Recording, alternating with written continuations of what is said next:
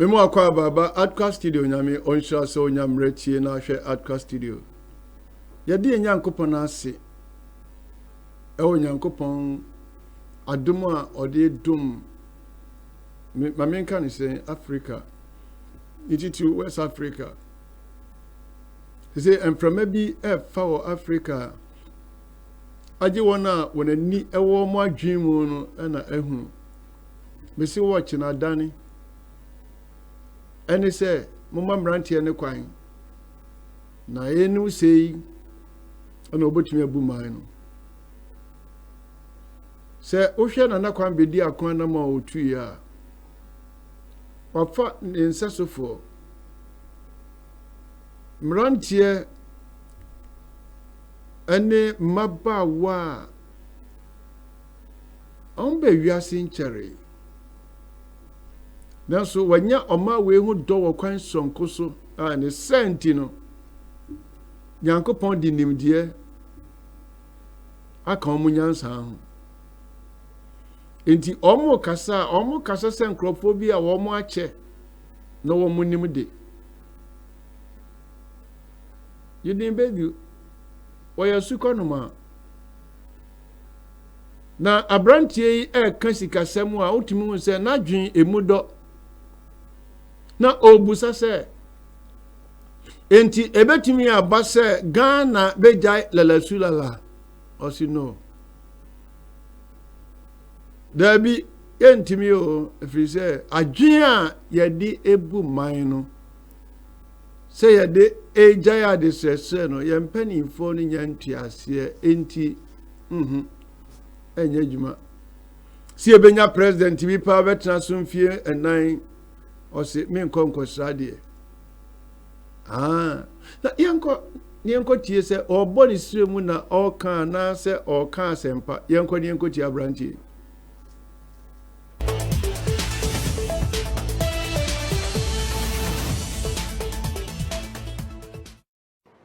Hi, my name is Hubert Baidoo, lead economic analyst of the New Force. I'm happy that we've met again to continue our discussions on matters concerning the Ghanaian populace, Africa, and the world at large. Today, we'll be addressing issues concerning aid, foreign aid. Can our country sustain itself without aid? No. No, because we do not have the financial capacity. If the whole world crashed and we were to rebuild again, and you were the only survivor, and you lived on a different planet, and you could see all the continents in your palm, with the resources therein, Africa would be the last continent you would think that they would need any aid from any other continent. And so to answer that question, we've never ever had the need for foreign aid. However, because we've not had competent leadership, functional leadership, and a leadership that truly cares about the people, we've had to fall on foreign aid for many decades. And even with that, you've had more money moving out of Africa every year in the last 50 years than there is coming in. You see, since 2012, there's been over $80 to $100 billion of money moving out of Africa. This is capital flight. These are monies that we can't trace. These are monies that we can't account for. They are monies that have been gained from corrupt activities. They are 10 times bigger than the amount we receive from USAID, from the IMF, from the World Bank, from Japanese grants. These are the issues that we need to address. When we begin to think of self-sufficiency, we can ignite that part of our brain cells that pushes us to do good for ourselves, that pushes us to fix the loopholes in our system. Foreign aid, without a doubt, has done serious damage and harm to Ghana and the continent of Africa as a whole. Any money coming into this land, any money coming into Ghana has been planned to generate a higher return for the sender of that money. You see, once you begin to think of self-sufficiency, once we realize that we can do everything ourselves, we have the capacity to produce what we need domestically, we have the capacity to produce what we wear, what we sit on, the machines we use, then we can begin to think what type of leadership we need. We can begin to think what type of systems to put in place to make these things possible. But the moment we have a feeling that there is this country elsewhere that is able to provide us with aid, then we cannot achieve anything. They are happy to give us 1 billion out of the tens of billions that they extract in mineral resources from our continent. They are happy to give us $100 million through USAID every year out of the 1 billion they extract from the continent. We have to advise ourselves. We have to sit up as a nation and as a continent to rise up and feed ourselves, number one, to produce what we need, to produce what we wear, to produce the machines that we use. Africa is producing all the cobalt we use in our mobile phones. Africa is producing the nickel. Africa is producing the gold. Africa is expected to have, or projected to have, more than 1.5 billion of its population under 25 years by 2050. This is an enormous potential waiting for us as a continent. And if we continue to rely on foreign aid and foreign assistance, we cannot see the treasure that we hold. We have not built capacity to sustain ourselves as it stands. We have not built structures that are sustainable, that are self-reinforcing, and structures that are run by Ghanaian people, that are beneficial to the people of Ghana. And so within the next 1 to 4 years or 5 years, it will be very difficult for our country to survive without grants and foreign assistance. However, if we put in place radical structural and economic adjustments, I keep saying these, if we are able to implement radical structural and economic adjustments, we can sustain this economy. If we are able to contain our debt and aggressively limit external debt, we can sustain this economy. If we are able to contain inflation, if we are able to be fiscally disciplined and limit the amount of money government is printing or the Bank of Ghana is printing every now and then, we will do well. In 2023, we spent close to 700 million Ghana cedis just on currency printing. 700 million Ghana cedis. And this is why we say in our pillars that we have a need to build capacity to print money ourselves, to print our notes ourselves. Once we are able to go into security printing at that scale, we can do it for other African countries. Africa has to think of sustaining itself. Africa has to be self-reliant. We are the least continent that anybody would think of to not be self-reliant. It's a shock to the whole world. And I would agree with Tony Blair, who said that Africa remains a scar in the conscience of humanity. whether we like it or not. It's a fact.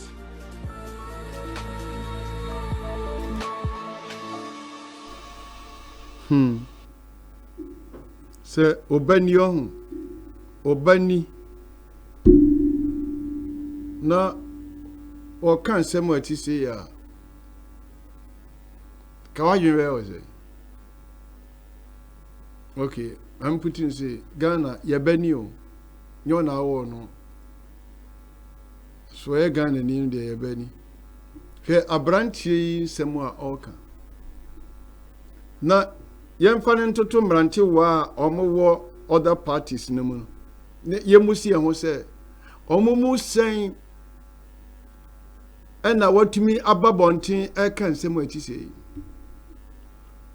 wa ma medidi atemu a no obeka fun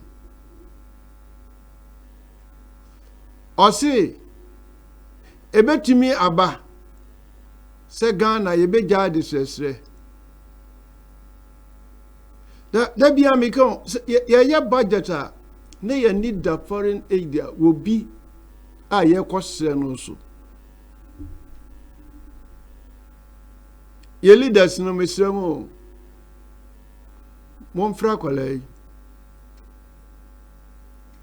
monfra no o Ghana ha ya o de afra no kwose kokon ba bi nya so kwahwe no na busanse na mo su kon ma na ede na nyansa edibu man sa sei eder wo musa be ka sem we da bia o se oba e wonim die bi na bra wo ho ase busa no a enche se bi wagimi o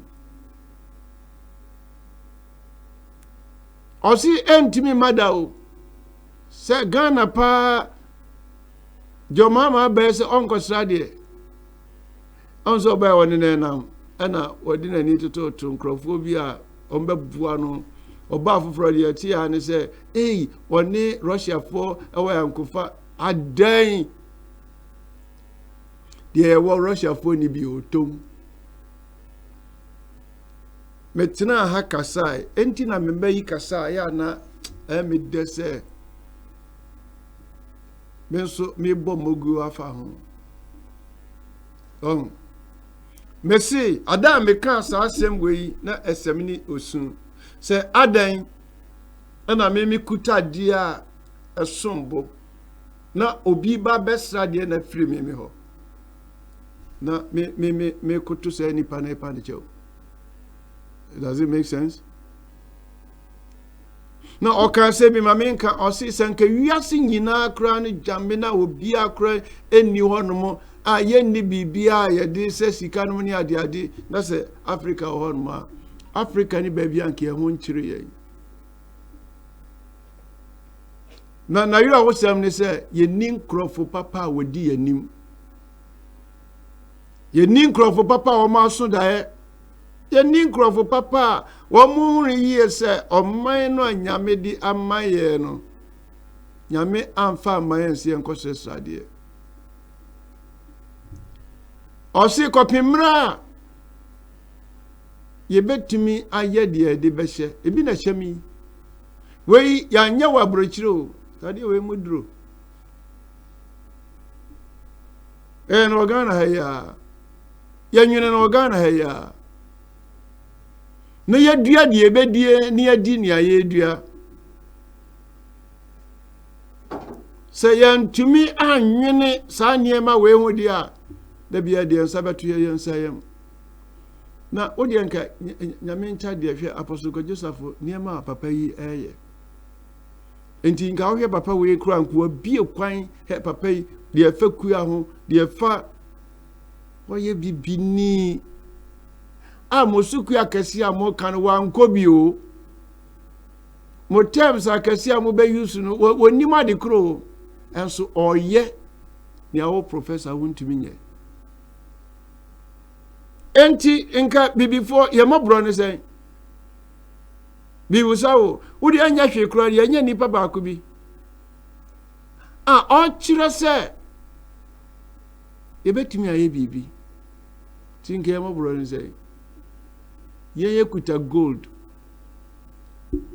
na yakopa chodi yakoje nkrata eja tumu ebehye gold eja kan se de nia na nani mu nya no hira na ehire yen ye kuta gold we sombo yenim ho faso na yede yakoje nkrata yenti o ma we mu ana ba wo miase or the gold ekoje oil na MPP for boy ensem okan ya na on se bibi ba se ni e be kan ya na nyi enum na keka yen yo be ya dwen no ewu etiri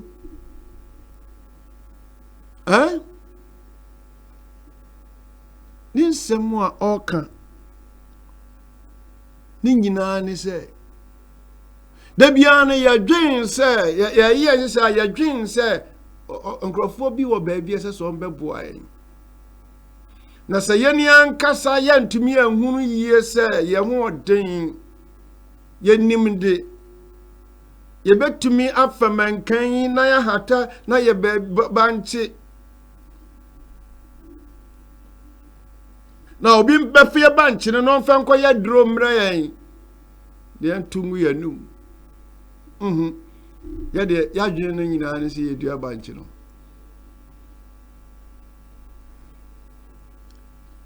ayrawo semo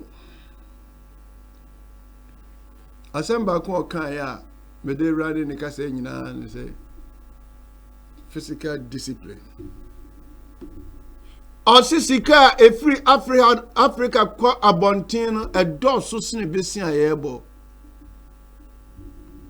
sika free Africa se kwa abontin edoso sine besi ayebo but say sika na ekon yentumi mu akonta because krono pesamin kuminya atiri modern werade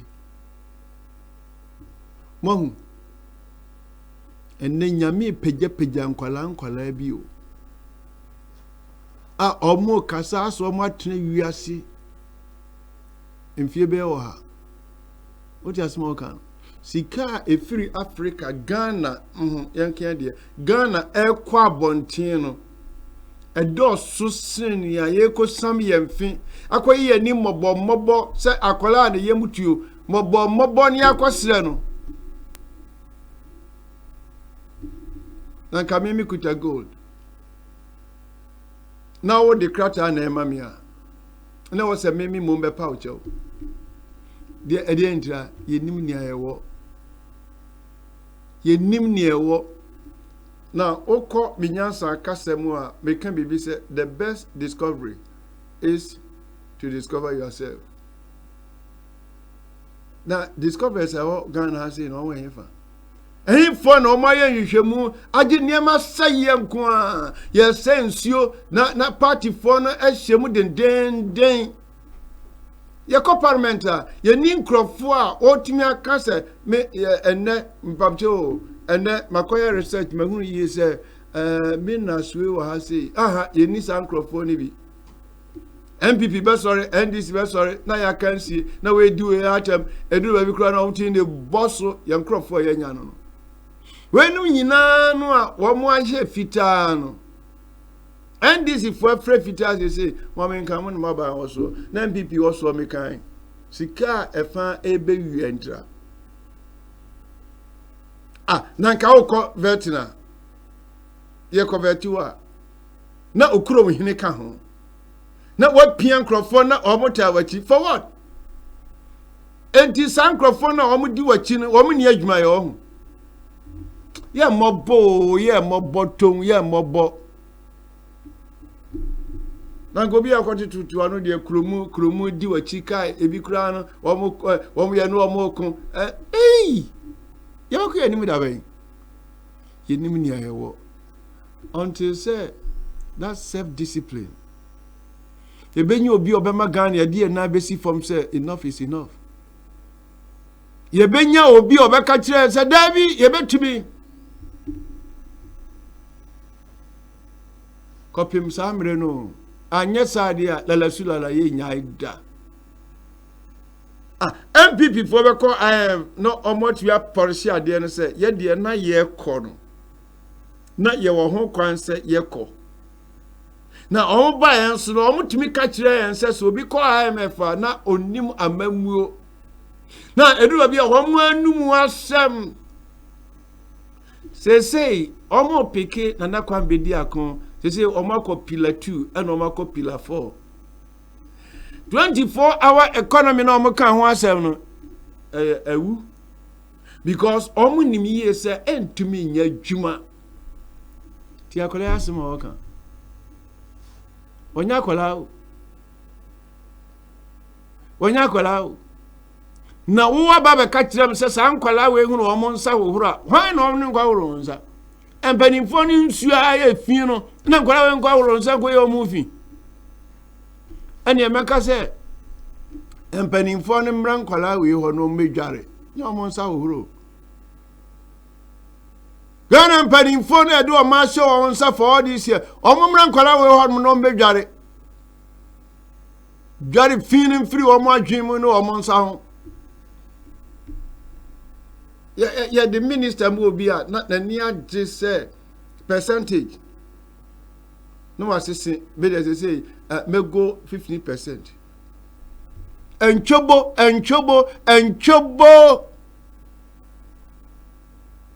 That physical discipline.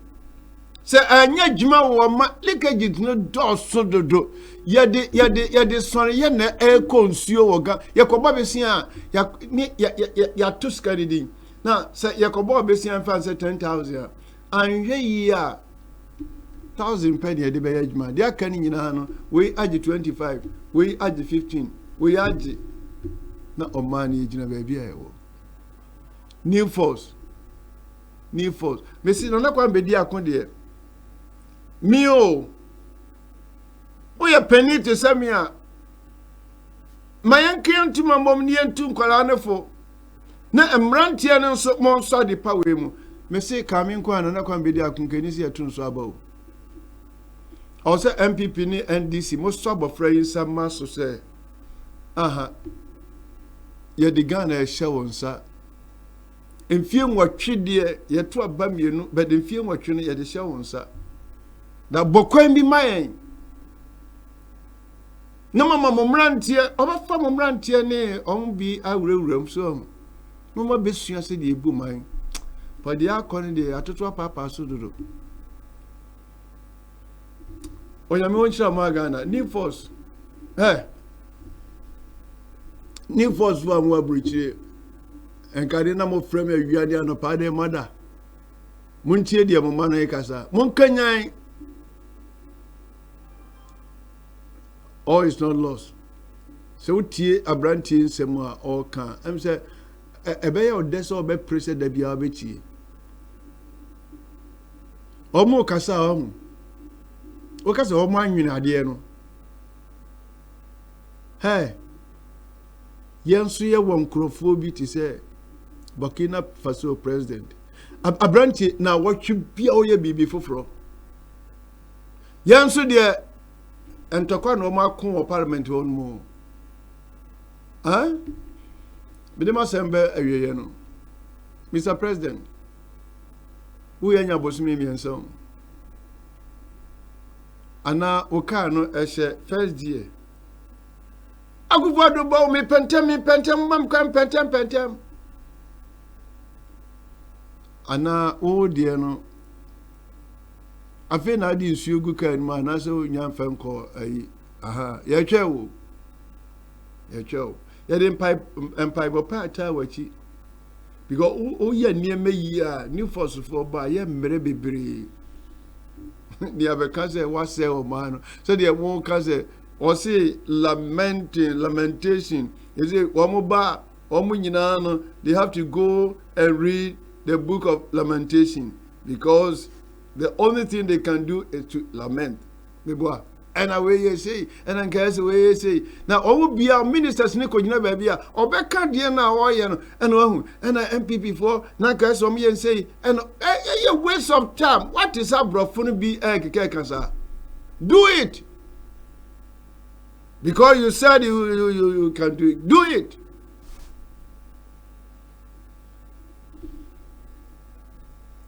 one frey may na on my system num on bebe Ghana mo any hwe ni tie mani agipa eye independent day no way abranti. So onyame onhye magana ani da so ho new force no Jesus say ani da so aba mo wakwantuom nyina mo nkanyan ye fe paibo papa nta ye manachi na ebebem o say write the vision on a plain tablet, though it tarry, wait for it, it shall come to pass. It shall not tarry. Bye bye.